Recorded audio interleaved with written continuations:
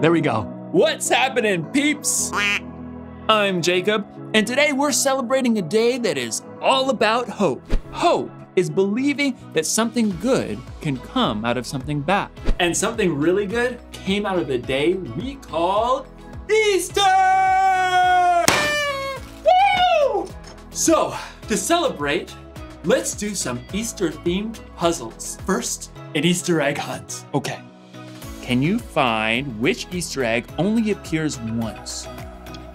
Oh, is this one up here? No, that one has a twin.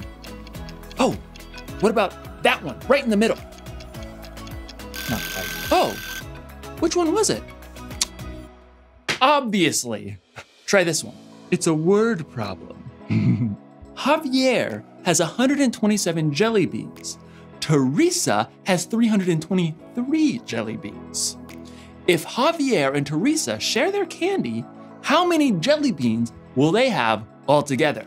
Okay, this is a math problem. Let's see, 127, 323, so that's 7 plus 3, that's 10, 0, carry the 1, that's 2 and 2, and then we carry the 1, so that's 5, so that's 5, 0. We have 5, 0, and then we have 3 and 1.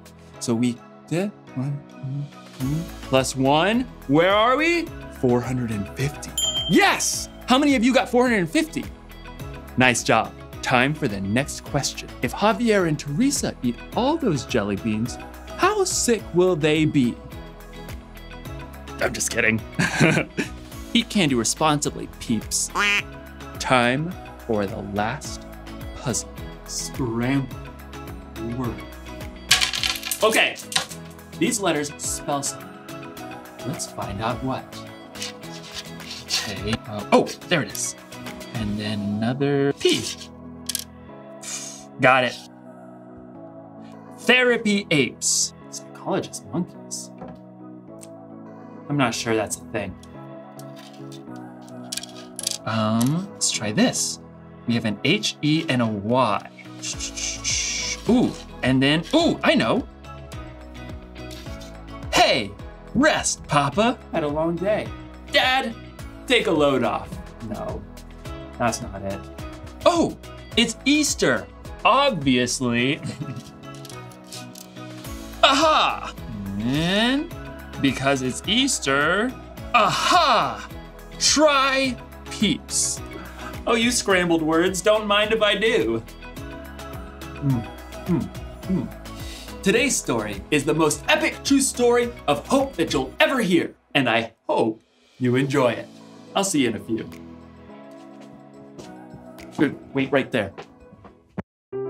The Bible.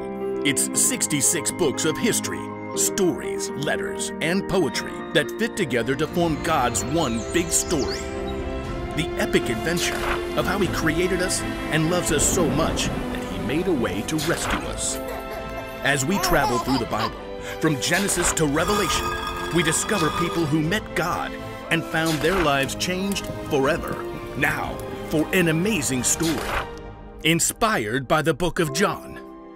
Chapters 18 through 20. In the days before electricity, people were used to living in darkness much of the time. But no one had ever known darkness like the deep dark that descended during Passover week nearly 2,000 years ago. Jesus had arrived in Jerusalem to shouts and cheers. Hosanna! Hey, blessed is the King! Hosanna! But the religious leaders had been plotting a way to get rid of Jesus, and they had found the perfect way to get to him through one of his closest followers, Judas. What will you give me if I hand Jesus over to you?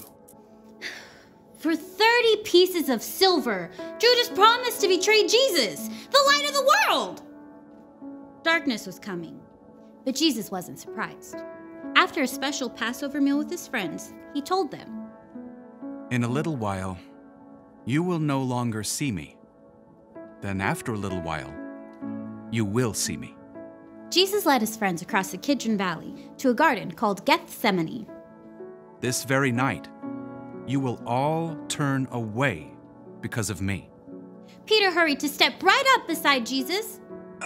All the others may turn away because of you, but I never will. In the garden, Jesus pleaded with God in prayer. "My Father, Is it possible for this cup to be taken away? But if I must drink it, may what you want be done. His friends couldn't stay awake long enough to pray with Jesus. But soon, the dim silence of the garden was broken. A mob of soldiers and officials streamed into the garden, carrying flaming torches. Judas marched right up at the front and led them straight to Jesus. Who do you want? Jesus of Nazareth! I am he. At first, everyone fell back, but then they surged forward to grab Jesus. Peter tried to defend him with the sword, but Jesus stopped him. Put your sword away. Shouldn't I drink the cup of suffering the Father has given me? Jesus was tied up and taken to the high priest for questioning. Panicked, his friends fled into the darkness, except for Peter and John, who followed at a distance. Peter waited outside in the courtyard, while John slipped inside. You aren't one of Jesus' disciples, are you? Peter, afraid for his life, froze. I am not. Inside, Jesus was put on trial and lied about by fake witnesses. Tell us if you are the Messiah, the Son of God. You have said so. From now on, you will see the Son of Man sitting at the right hand of the Mighty One. He has spoken an evil thing against God. Outside, others asked Peter if he was a friend of Jesus. Twice more, he said. I am not. Jesus' own friends had abandoned him. Even as bleak morning light grew, darkness continued to gather. Because the Jewish leaders couldn't sentence anyone to die, they sent Jesus to the Roman governor, Pilate. What charges are you bringing against this man? He has committed crimes! Pilate questioned Jesus himself. Are you the king of the Jews?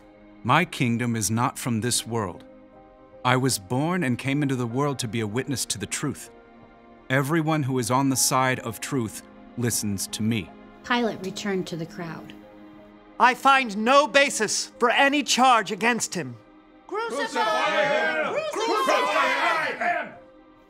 Pilate was afraid of the Jewish leaders who could get him in trouble with the Emperor Caesar. So he gave in, and Jesus was beaten. A crown of sharp thorns was pressed into his head, and he was handed over to the soldiers to be crucified. You! Carry this!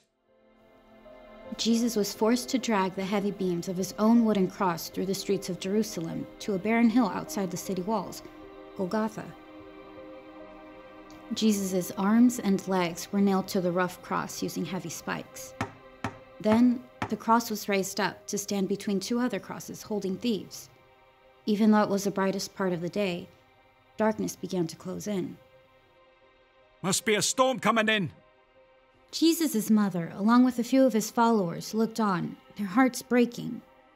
Around mid-afternoon, Jesus cried out, My God! My God! Why have you deserted me?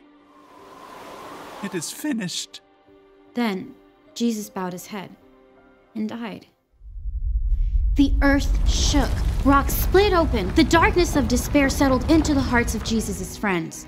His body was taken to a nearby garden and placed in an empty tomb. A heavy stone was rolled in the way to block the entrance. Soldiers were even sent to stand guard during the long, dark night.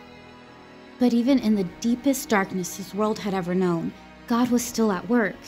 Early on Sunday, even before the sun rose, Jesus' friend Mary Magdalene crept to the entrance of the tomb. But when she got to the entrance, the heavy stone had been rolled away. It's empty. Confused, Mary raced to find Peter and John. They too saw the empty tomb and returned home, still trying to understand. Mary stayed behind in the slowly growing light. Tears filled her eyes as she bent into the tomb to see once again. Oh! Two bright angels dressed in white sat where Jesus' body had been laid. Mary turned back to the garden, her breath catching in her throat. The rising sun nearly blinded her, but she could see a man standing there. Woman, why are you crying? Who are you looking for? At first, Mary thought this must be a gardener, but then he spoke again. Mary. Teacher! It was Jesus, alive! Mary threw herself at his feet. As the light grew around them, Jesus told her, Do not hold on to me. Instead, go to those who believe in me. Tell them, I am ascending to my Father and your Father, to my God and your God. Mary raced to find the others. I have seen the Lord.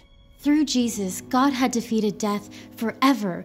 We can hope because in the end, darkness will never win.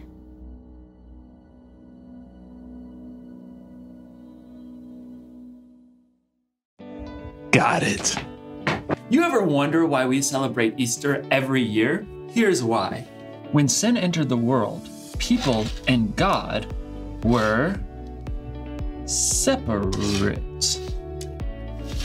It was easy to see how far apart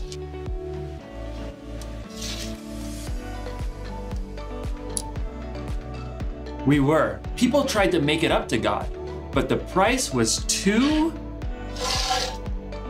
steep. So, God came up with a plan to save our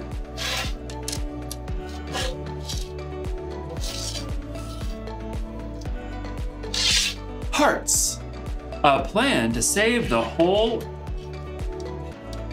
earth. God's plan was to send Jesus, his one and only Son. Jesus died to erase all of our sins from the past and all of our sins in the future too, a price we could never repay. Jesus died because of his great love for us. And we celebrate Easter because we remember that Jesus' death wasn't the end of the story. Jesus came back to life to give us hope so that when we believe, we'll have a relationship with God that will last forever. He rose from the dead to show that he's more powerful than any fear or any problem we may have. He rose so that we would know this one thing. Whatever happens, remember Jesus is alive. So, no matter what's puzzling you, you can be sure that Jesus is with you.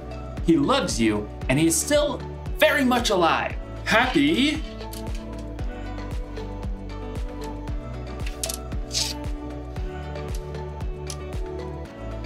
Easter, everyone. What? Oh. Or eaters, I guess. Happy eaters. Let me just,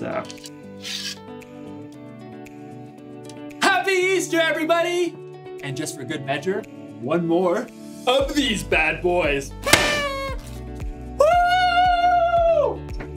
Happy Easter! I'll see you next time, peeps.